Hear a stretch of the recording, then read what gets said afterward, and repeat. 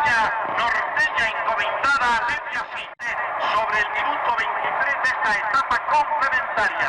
Marcos Pol se perfila, hace el envío con pierna derecha, la bola al arco y se metió la pelota. ¡Gol de Colombia! Gol olímpico, un momento, gol olímpico, sí. Gol olímpico de Colombia. La década de los 60 estuvo dada por una serie de hechos y acontecimientos históricos que marcaron no solo a Colombia, sino al mundo. Fue una época de revolución, cambio y transformación. Hace medio siglo la humanidad, tal vez todavía sin saberlo, estaba inmersa en una época de la historia que ha dejado una marca única en el imaginario colectivo. Los años 60.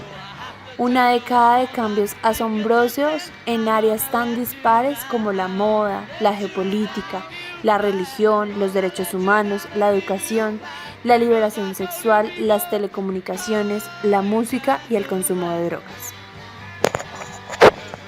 Tan impactante han sido los 70 que en muchas ocasiones se cae en la trampa y el error de considerar que después de los años 60 no ha pasado absolutamente nada, o que solo los jóvenes de los años 60 querían cambiar el mundo, lo cual está muy lejos de ser real.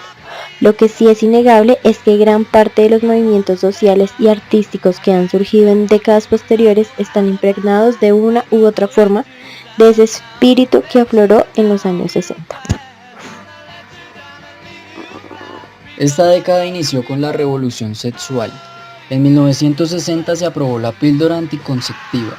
Se empezó a hablar de la sexualidad como parte integral de la condición humana, individual y social, cuestionando el papel tradicional de la mujer.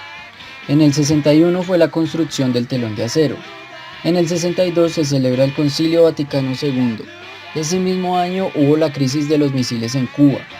En 1963 ocurrió la segunda ola de feminismo, además del asesinato de John F. Kennedy, junto con el hecho de que Martin Luther King pronunció su discurso I Have a Dream. En 1967 se realiza el primer trasplante de corazón en la historia. En el 68 ocurre en la primavera de Praga, la Guerra Fría, una cadena de protestas. Como lo dijimos en un principio, fue una década que dejó una huella imborrable en las siguientes 4 décadas. Una década que trajo un año de felicidad a los colombianos por los logros deportivos de este año 1962. En este año se sintió un aire de alegría debido al primer y único gol olímpico anotado por el colombiano Marco Tulio Coltecillo. Además, en el campo deportivo el equipo Millonarios consiguió el 7º título en el campeonato colombiano. En cuanto al ciclismo, se jugó la segunda edición del Clásico RCN, la cual fue ganada por el caldense Rubén Darío Gómez. Junto con este, en octubre se realizó la Vuelta a Colombia, ganada por Roberto Buitrago.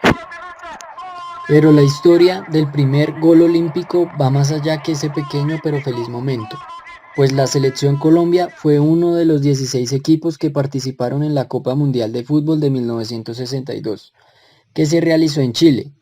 Esto se dio ya que en la llave eliminatoria logró superar a la selección de Perú, accediendo por primera vez a una Copa Mundial. Pero ¿quién se esperaba? El 30 de mayo hizo su debut contra la selección uruguaya, perdiendo 1-2. El 3 de junio se jugaría uno de los partidos más históricos y emocionantes del mundo, pues Colombia empató 4-4 con la selección de la Unión Soviética, marcando lo que sería el primer gol olímpico de la historia, al considerado mejor arquero de la historia del fútbol, Lev Yashin. Su último partido se realizó el 7 de junio, donde perdería 0-5 contra Yugoslavia. Estos hechos deportivos marcaron la historia de Colombia, como también lo hicieron hechos políticos, como lo son el inicio con el pacto del Frente Nacional. El Frente Nacional fue el verdadero pacto de paz entre liberales y conservadores, en el cual sellaron con la fórmula de borrón y cuenta nueva varios años de violencia y política que dejaron cerca de 300.000 muertos y miles de desplazados, perseguidos y despojados. El MRL fue una de las disidencias más importantes del Partido Liberal. A mediados de los años 60 aparece en la escena nacional uno de los movimientos de masa más importantes, el Frente Unido, liderado por el sacerdote Camilo Torres Restrepo.